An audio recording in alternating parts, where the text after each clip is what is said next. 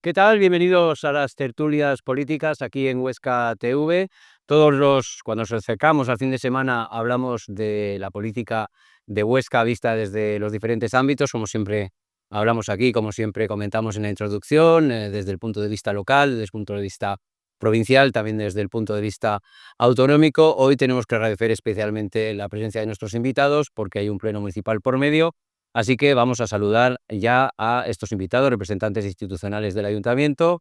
Por el Grupo Municipal de Vox, José Luis Rubió, muy buenas, ¿qué tal? Hola, ¿qué tal? Muy buena. Por el Grupo Popular, Ricardo Oliván, ¿qué tal? Buenos días, ¿qué tal? Bueno, en principio vamos a desarrollar dos asuntos que se tratan en el Pleno.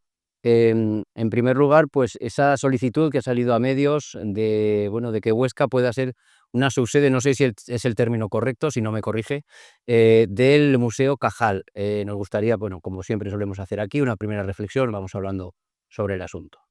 Realmente sede es la terminología que utiliza el Real Decreto del 25 de junio del 24 que se publicó en el Boletín Oficial del Estado.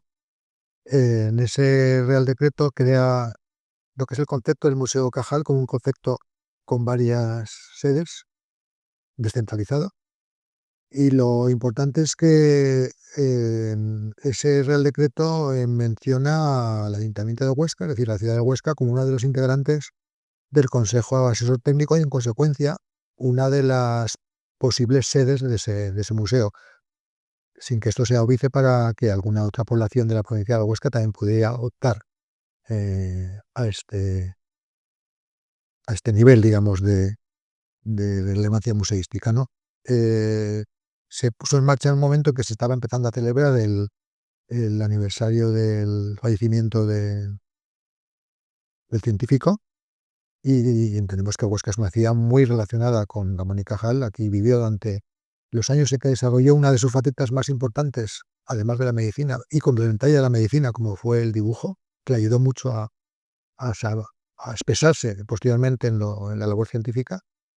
Y por eso consideramos que era una oportunidad para la ciudad el hecho de tener una relación directa con la vida de Cajal, pero también que apareciéramos allí junto con el Ayuntamiento de Zaragoza y el Gobierno de Navarra y el Gobierno de Aragón como únicas entidades públicas, únicas administraciones que tienen cabida en ese Consejo Asesor, con lo que nos da una situación de partida pues preferente para albergar esa sede una vez realizados todos los trámites. Señor Rubio.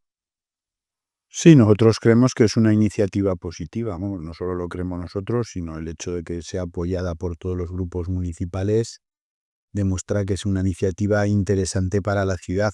Desde nuestra opinión, es una iniciativa diferenciadora y creo que debemos de apostar por este tipo de iniciativas que nos diferencian de otras ciudades, sobre todo si lo que queremos es apostar por un ámbito, por un turismo fuerte, por un turismo rico en Huesca. Tenemos que tener una oferta que nos diferencie respecto de otros destinos similares a los nuestros.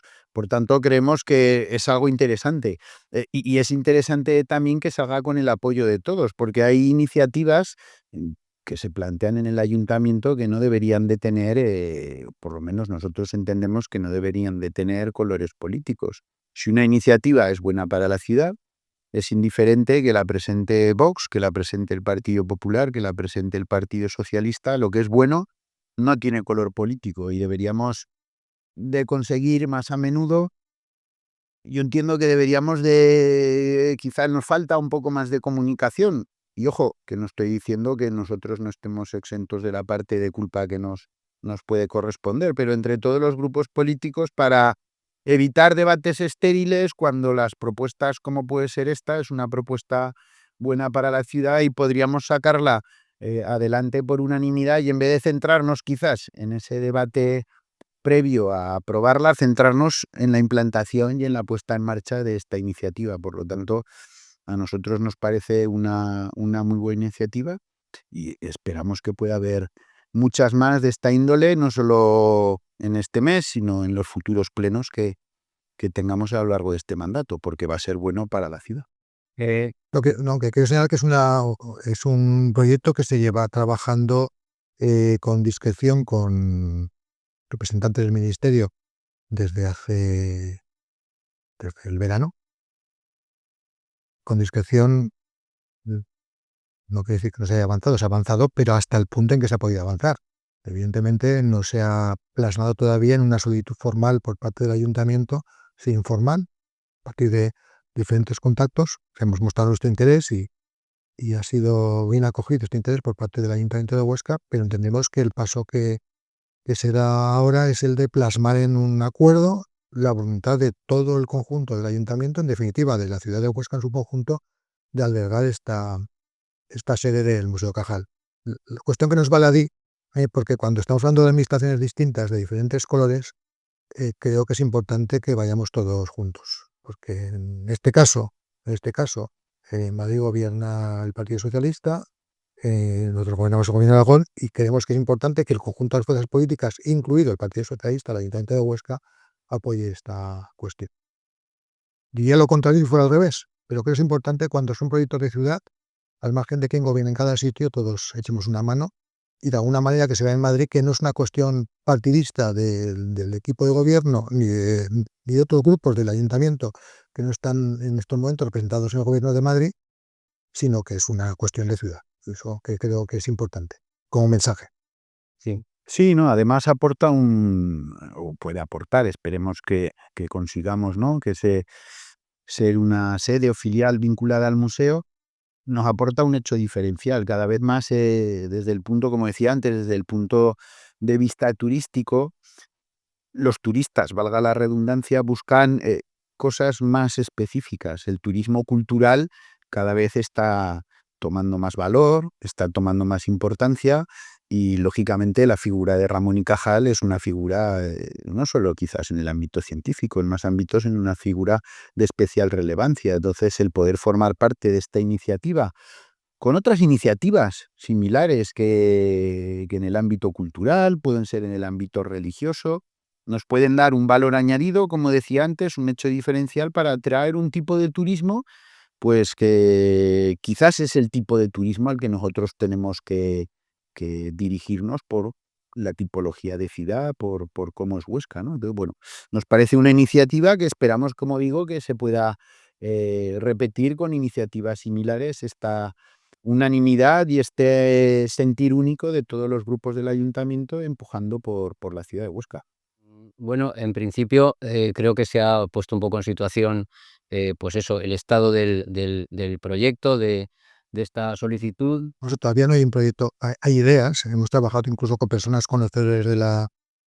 muy conocedores de la trayectoria de Ramón y Cajal y de qué aspectos de esa trayectoria, sobre todo los que tienen que ver con su época oscense, serían más relevantes y, sobre todo, desde el punto de vista que ha comentado José Luis, más atractivos.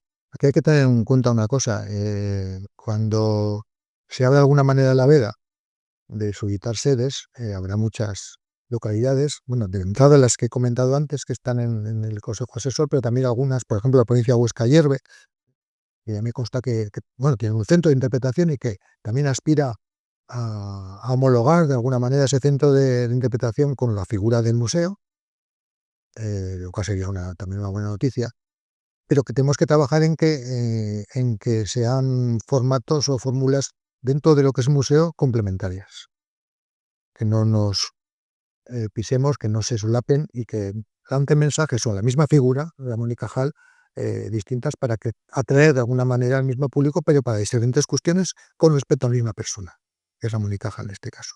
Y en este sentido estamos trabajando de manera incipiente con personas que conocen estas cuestiones para identificar exactamente cuál sería el objeto de ese museo, buscando esa diferenciación por una parte, como comentaba José Luis, pero también ese carácter complementario, porque no nos podemos olvidar que al lado está Zaragoza, que Zaragoza seguramente optará también a ser sede, con todo el derecho del mundo, y allí van a apostar por alguna línea en concreto de la vida de Cajal, que yo creo que, por lo que nos han comentado, tendrá que ver más con la faceta más científica, más técnica. Ahora aquí habría que buscar otras cuestiones complementarias, también atractivas, por supuesto, respecto a la vida de Cajal, que junto con lo que puede ofrecer Zaragoza, y en su caso a lo mejor la Yerbe, completen una ruta, un recorrido cajaliano en la provincia de Huesca y en Aragón, que sea atractivo para todas aquellas personas que quieran seguir los pasos del científico. Bueno, no sé si evidentemente habla de un proyecto incipiente, por decirlo así, que se están aportando ideas para poder, bueno, completar un circuito y, bueno, que sea complementario. No sé si hay, o es pronto o no se puede todavía definir si, por ejemplo, para esta legislatura sería deseable que todo esto estuviera más o menos hilado. Depende de muchas cosas, no sé. Va a depender fundamentalmente de los pasos del ritmo de los pasos del propio ministerio. El ministerio sacó el Real Decreto en junio del año pasado. El Consejo Asesor está creado en ese, que es un poco el motor, ¿no?, del Museo Cajal. En ese Real Decreto se designaron las personas de cada institución, me designaron por parte del ayuntamiento. Todavía no ha habido ninguna reunión. Ya lo hemos transmitido al ministerio, que de alguna manera había que mover el Consejo Asesor para, a partir de allí, empezar a dar pasos. Por nuestra parte no va a quedar. El pleno tiene que ver precisamente con eso, con un llamamiento al ministerio, diciéndole que estamos aquí, y ya lo hemos dicho de manera informal, aunque la reunión fue formal, pero no hubo una carta por en medio, ni un escrito por en medio. Va a ser a partir de ahora, con el acuerdo del pleno que se transmita al ministerio, es una forma de decir: venga, estamos aquí, estamos interesados, como ya hemos dicho, vamos a empezar a andar. ¿Alguna reflexión final y ya pasamos al siguiente asunto? Sí, no, simplemente que, bueno, la buena noticia es esa solicitud, esa unanimidad para realizar la solicitud. Impaciente es el que podamos ser nombrados esa subsede y simplemente ponernos a trabajar como decía Ricardo, pues, en una oferta diferencial, en una oferta atractiva y que nos coloque dentro de esa hipotética ruta, igual que tú eres conocedor de la ruta del Grial, que nos vaya colocando dentro de diferentes rutas turísticas, culturales, y que nos aporten un valor añadido desde el punto de vista ya no solo cultural, sino turístico para la ciudad. Bueno, pues si le parece, señor Rubio, vamos al siguiente asunto, que es, creo que una propuesta que han ustedes presentado sobre la gestión, por llamarlo así, o si no, me corrige, del padrón municipal. Y bueno, pues me gustaría que hiciera también esa primera reflexión para poder seguir conversando sobre el tema. Sí, es totalmente diferente de lo que estábamos comentando hasta ahora. Nosotros lo que hemos presentado en el pleno es una propuesta, pues, en diferentes ámbitos, porque diferentes instituciones tienen competencias en diferentes ámbitos. En concreto, el padrón municipal lo gestiona el Ayuntamiento de Huesca, pero las competencias, la normativa, son de carácter estatal. Nosotros hemos dividido la propuesta precisamente en esas instituciones. En primer lugar, al Gobierno de España lo que se le pretende es instar en que modifique esa normativa que regula el padrón y que permita únicamente empadronar a los residentes legales. ¿Por qué? Porque el hecho de acceder al padrón da a los residentes ilegales que acceden a él la posibilidad de tener un montón de servicios totalmente gratuitos que los ciudadanos legales han pagado con sus impuestos. El acceso de estas personas lo que único que hace es empeorar la calidad de todos esos servicios que correspondería a los que los han pagado con el esfuerzo de su trabajo.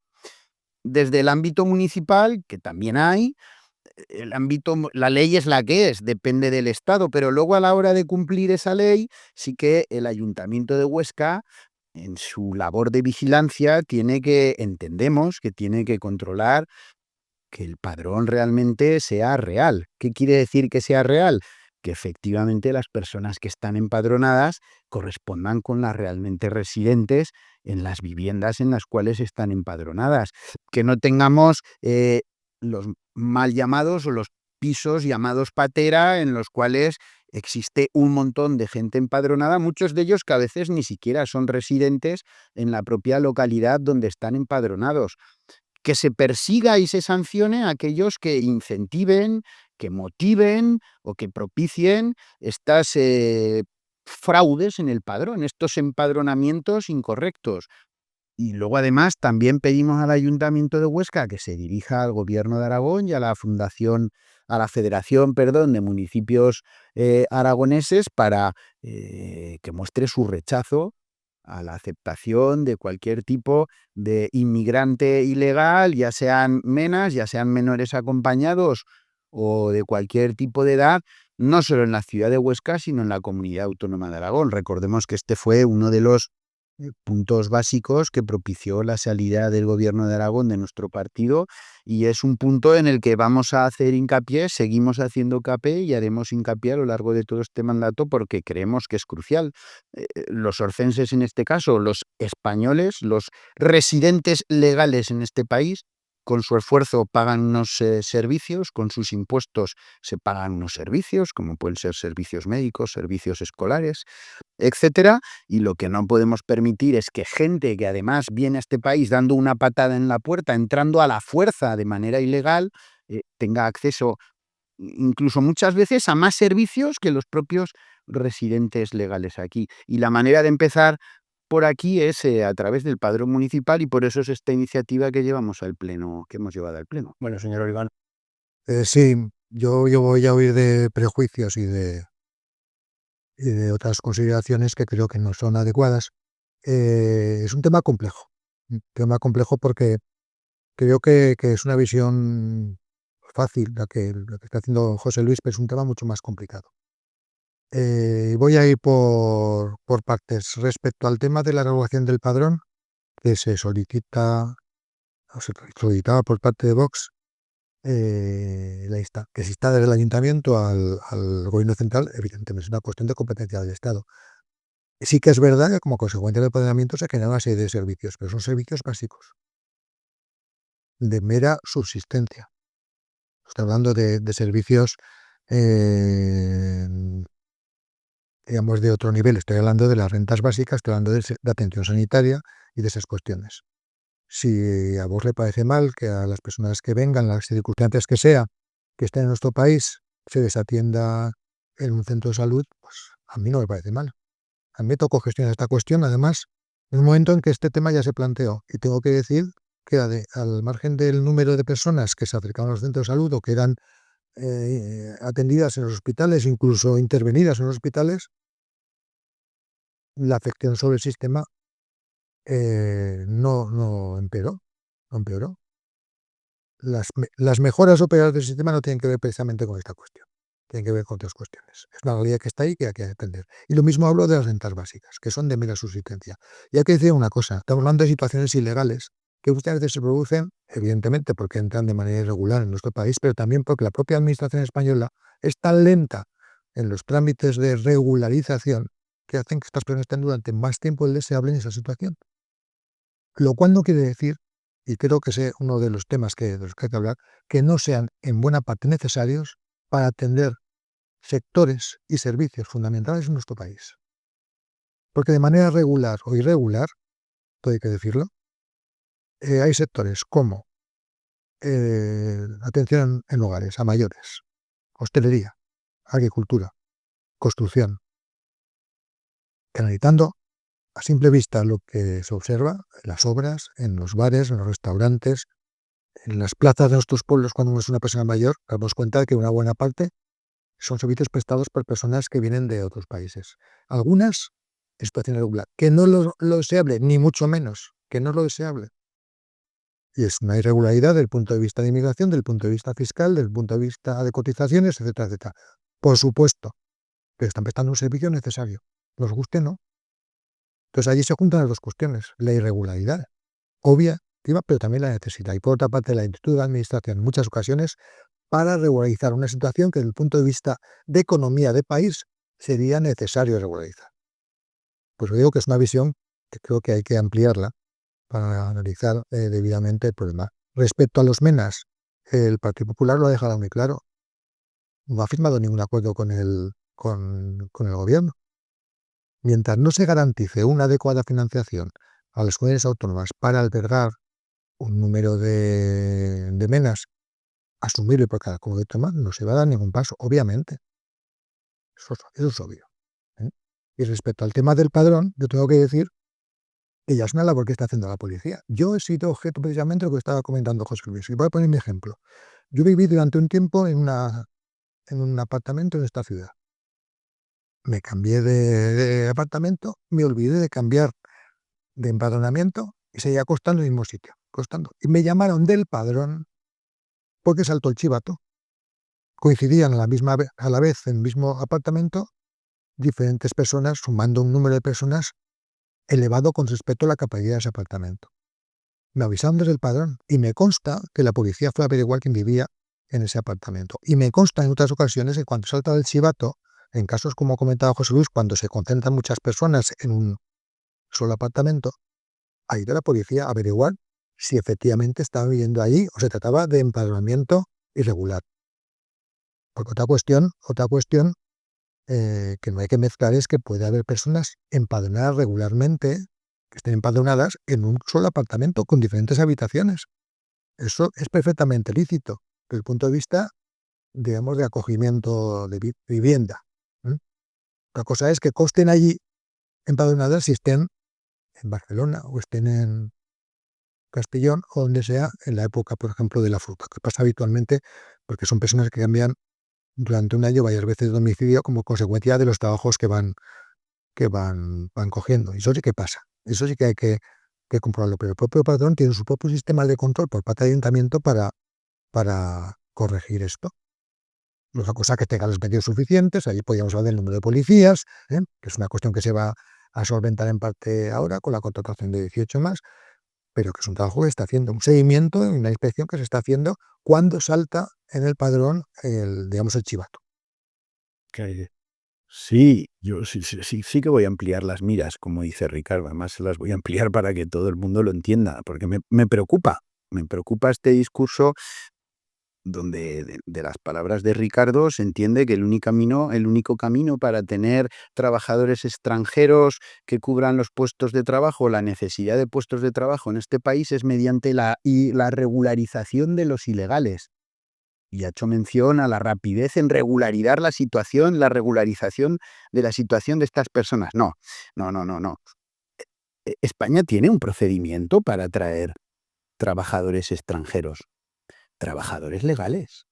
De hecho, en Huesca mucha gente recordará que hace muchos años Industrias Luna inició un procedimiento de este tipo para atraer trabajadores ucranianos. Y muchos ucranianos vinieron a Huesca legales a trabajar. Y con este procedimiento ha venido mucha gente legal a España a realizar cualquier tipo de trabajo, cualificado o no. Gente a la cual, para darle ese permiso de trabajo, se le piden unos antecedentes penales. Se le piden unos análisis médicos.